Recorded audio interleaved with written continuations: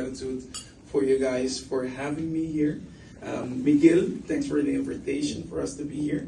It is quite interesting because for being a small island development state, we both have the same complexity, but also it can be a very dynamic landscape. So that's the reality of if we can see the differences that we got, and for being members of this kingdom, we all have a history that bonds us, but sometimes we forget about the future that unites us.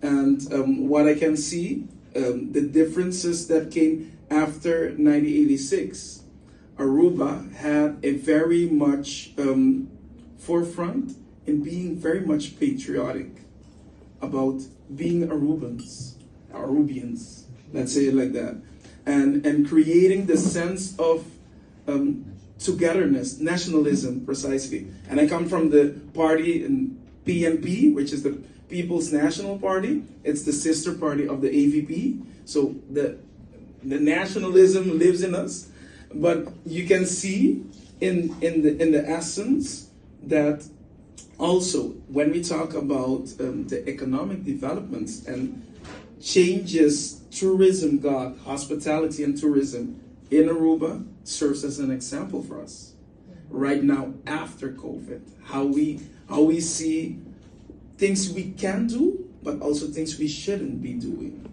So, for example, you cannot only put all your, let's say, space and eggs into one only basket, the American market, for example.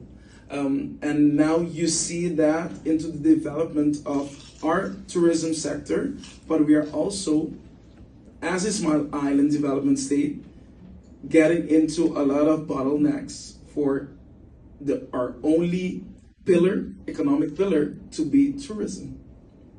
So that gives you a lot of things to think about and things we have to work towards. So I'm happy Miguel gave some very important view on climate change, how we should see that together as islands, how we can make environmental issues as we, for example, coming from the NGO, but also knowing that service to humanity should be your purpose in life.